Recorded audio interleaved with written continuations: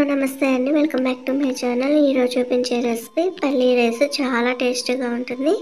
దీని ప్రాసెస్ కోసం ముందుగా స్టవ్ ఆన్ చేసేసి ప్యాన్ పెట్టుకొని ఇందులోకి 4 టేబుల్ స్పూన్ల పచ్చిపల్లీలు వేసుకొని స్టవ్ని లో ఫ్లేమ్లో పెట్టుకొని ఫ్రై చేసుకున్నాము. హై ఫ్లేమ్లో పెడితే మాడిపోతాయి కాబట్టి లో ఫ్లేమ్లో ఫ్రై చేసుకున్నాము. ఇవి ఒక 5 మినిట్స్ వేగిన తర్వాత 2 టేబుల్ స్పూన్ల ఎండు కొబ్బరి వేసుకొని లో ఫ్లేమ్లోనే ఈ రెండింటిని కూడా బాగా వేయించుకున్నాము. సో ఈవెన్గా అన్నీ ఒకేలాగా వేగాలంటే లో ఫ్లేమ్లో పెట్టుకొని చేసుకోండి. ఇవి రెండు వేగిన తర్వాత 6-7 ఎండుమిర్చి మీరు ఎంతైతే కారం తినగలరో చూసి వేసుకోండి.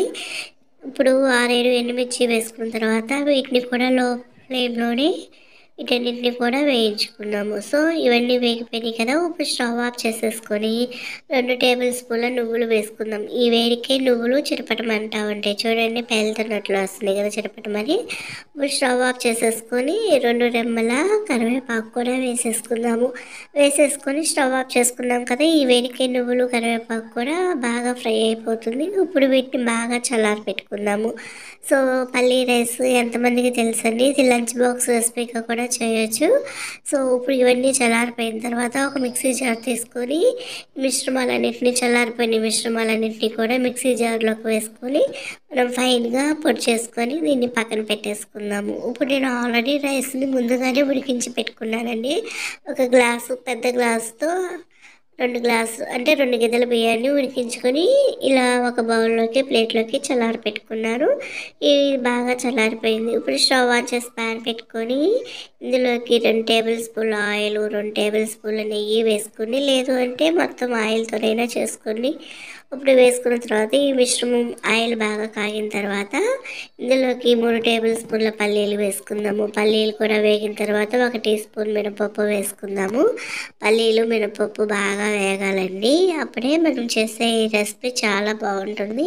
ఇలా వేగిన తర్వాత ఇందులోకి ఒక ఎండుమిర్చి తుంపి వేసుకుందాము. వేసుకున్నాక పోపు అంతటిని కూడా బాగా ఒకేలాగా కలిసేలాగా కలుపుకుందాము. ఇలా కలుపుకున్న తర్వాత మనం ముందుగా చల్లారి పెట్టుకున్న రైస్ ఉంది కదా, ఆ రైస్ని వేసేసుకొని ఉండలు అనేది ఏమీ లేకుండా ఈవెన్గా ఇట్లా గెంటితోటి బాగా కలుపుకుందాం. చూడండి, ఇప్పుడు బౌల్లో రైస్, ప్లేట్లో రైస్ మొత్తం వేసేసుకొని 2 గిద్దల రైస్ అనేది వేసేసుకొని దీన్ని బాగా కలుపుకుందాము. కలుపుకొని ఇందులోకి కొద్దిగా సాల్ట్ వేసుకుందాము. సాల్ట్ వేసుకొని ఈ మిశ్రమాలన్నింటినీ కూడా బాగా కలిపేసుకుందాం. మీరు రైస్ క్వాంటిటీ పెంచుకునేటట్లయితే మిగతా ఇంగ్రీడియంట్స్ అన్నింటినీ కూడా పెంచుకోవచ్చు. సో నేను 2 మనుషులకి సరిపడేలాగా చూపిస్తున్నాను. ఇప్పుడు ఇందులోకి 2 రెమ్మల కరివేపాకు కూడా వేసేసుకొని ఇదంతా కూడా బాగా కలుపుకుందాము. ఇలా కలుపుకున్న తర్వాత మనం ముందుగా పల్లి, నువ్వులు, ఎండుమిర్చి అన్నీ కూడా మిక్సీ పట్టుకున్నాం కదా, ఆ పొడిని ఇందులో వేసేసుకుందాం. ఇందులో వేసేసుకొని ఇదంతా కూడా రైస్కి పట్టేలాగా బాగా కలిపేసుకుందాం. ఈ పల్లీ రైస్ చాలా బాగుంటుంది. డెఫినెట్గా మేము చెప్పినట్లు ఒకసారి ట్రై చేయండి. మళ్ళీ మళ్ళీ ఇదే చేయమని అడుగుతారు, అంత బాగుంటుంది. సో ఇంకెందుకు ఆలస్యం, మీరు కూడా అన్నీ ఇంట్లో ఉన్న వాటితో ఈజీగా చేసుకునేలాగా చూపించాను కదా. ఇప్పుడు ఇదంతా కూడా బాగా కలిసిపోయిన తర్వాత మరొకసారి పైనుంచి 2 టేబుల్ స్పూన్ల నెయ్యి వేసుకొని ఇదంతా కూడా బాగా కలిపేసుకొని ఒక బౌల్లోకి సర్వ్ చేసుకోవడమే. ఎంతో టేస్టీగా ఉండే పల్లీ రైస్ రెడీ అయిపోయింది. మా వీడియో కనుక నచ్చినట్లయితే లైక్ చేయండి, షేర్ చేయండి, సబ్స్క్రైబ్ చేసుకోండి. ఇలాంటి మంచి మంచి వీడియోస్ ఎన్నో మీ ముందుకు తీసుకొస్తారని మనస్ఫూర్తిగా కోరుకుంటూ, సో మీరు కూడా డెఫినెట్గా ఈ రైస్ని మీరు తయారు చేయండి. ఈ పల్లీ రైస్ని మీరు కూడా తప్పకుండా తయారు చేయండి. సో లంచ్ బాక్స్ రెసిపీగా కూడా చేయొచ్చండి. వీడియో కనుక నచ్చినట్లయితే ప్లీజ్ లైక్ చేయండి. మీరు ఇచ్చే లైక్ వల్ల ఛానల్ అనేక మందికి రీచ్ అవుతుంది.